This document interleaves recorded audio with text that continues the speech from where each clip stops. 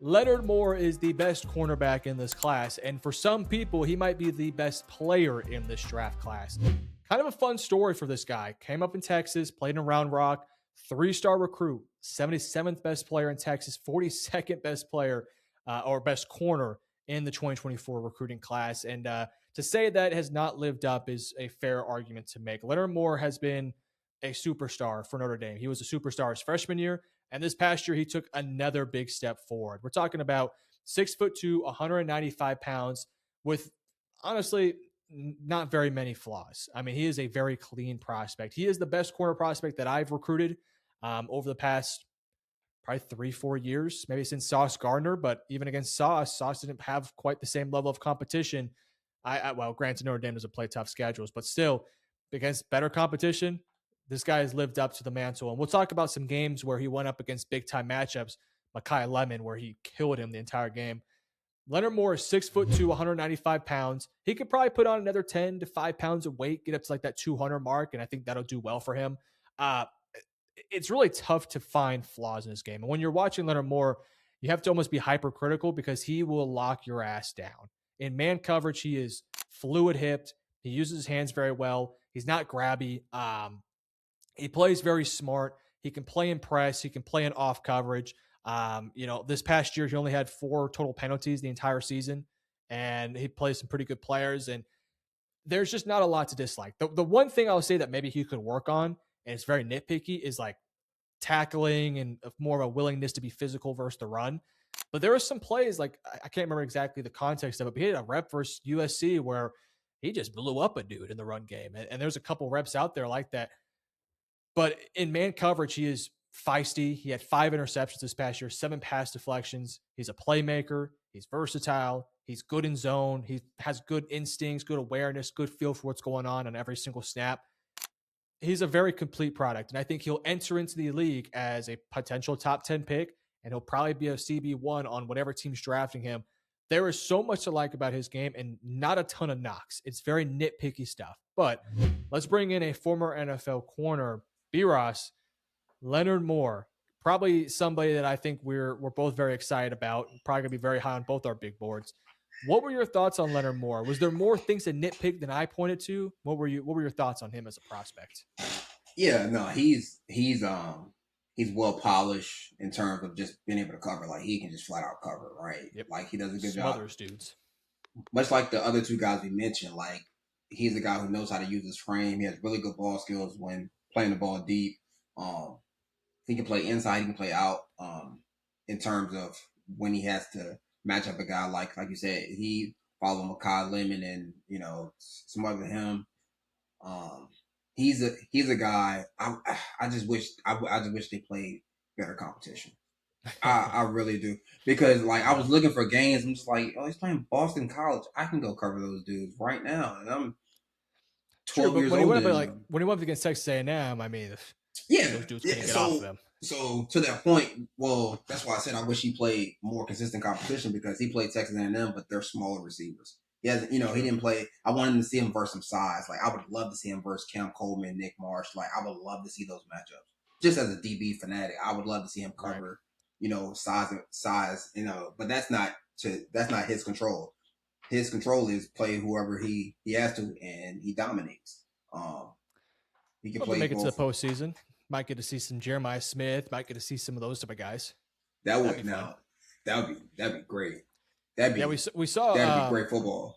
we saw him very little against him in the 2024 national championship. Yeah, And it's also like you've got a freshman receiver versus a freshman Freshman. corner. So it's like they're not finished products. We can get that this year though. That That'd would be be a good pretty matchup. legendary. Because to That'd be be a honest with good you, like matchup. I don't know where you're at in terms of your big board, but for myself, I actually moved Leonard Moore to my number 1 defensive player in this class. It's really tight between him, Colin Simmons, and those guys. But there was just nothing wrong with Leonard Moore's tape. But I'm almost at the point now where I might have more questions about Jeremiah Smith than Leonard Moore, depending on how the year goes, because I just didn't find anything of Leonard Moore to really be concerned with. Whereas for Jeremiah Smith, it's like he relies a lot on his size and physicality. Leonard Moore, very clean player. Well, see, that's where I would disagree, because I think Leonard Moore does too. That's why he, to me, Maybe. that's why he kind of has to press because he's not as like he can move, like he has good feet, and he's fluid in that way. But like he's a guy who he can't miss. When he misses, he gets beat. Like it's not often, but it's like for a guy that's 6'2", loves to play press, he's going to see guys who are better getting off the line, who aren't phased by, like they've seen Jalen Ramsey, Patrick Surtain. So, and he's going to be CB1 and draw wide receiver one. So it'd be interesting to see him versus guys who are just comfortable versus press, who actually enjoy press. Because a lot of guys in college don't see it a lot because of the tempo of the game and all the other stuff. But that was my only thing with him. Like, if like he struggles to recover if they get a couple steps on him, because he has good long speed. I don't know if that short area quickness is where he excels. In terms of just like he can match cuts downfield, but like those guys who can just go speed, release, and go, whether inside or out. That's where I just saw him kind of just like a step behind. But again, that's me being nitpicky because I played the position. And then at the NFL, I know that's all a good quarterback needs. All needs a little space to drop the ball in the bucket, but he has good ball skills. He's very poised, much like Kelly Jones, in terms of playing with his back to the ball. Again, like I think that's something you either have or you don't. And he has it. He can play man or zone. I don't think he is a inside guy because he doesn't. I don't think he wants to play the run. That's not. And you shouldn't. If you're going to draft him top 10, you don't want to put him on the inside. That's a boundary. Well, that's the thing. In the NFL, there's no boundary because the hashes are too skinny. Fair. When he plays versus ones at the next level, he's going to get dragged inside. Like that's what teams do. They take their star, move him around. So it'd be interesting to see how he gets attacked. You saw him go up against Mekhi Lemon, best receiver in college football last year, and he only got burnt once. Other than that, that was a smart game plan by Notre Dame in general, because you just put size over him. Like that's Mekhi's kryptonite, size and length. So they played that game perfectly. Like Notre Dame should I'd like to see him 40. Go up against a Jalen Coker, like a big slot, So guys with size, smart, can match him size wise. That's the one thing I just haven't been able to like. Once I kind of see how he handles guys who are his size or even bigger, then I will get a clearer picture. But you're talking about a dude with like very little flaws and holes in his game. He's smooth, he's balanced, well-rounded athlete. He checks all the boxes when you're talking about a cornerback. Like now, in terms of my big board, that's like I'm still like I've been moving that thing every day, just trying to decide, because corner is one of those spots where like I need you to be kind of just like lights out every week. Right. And for the most part he is, but I just, again, part of this because they don't play no damn body. That's like those like that. I just kept watching. I watched Texas A&M. He played well. Watched USC versus Mekhi. Watched Miami.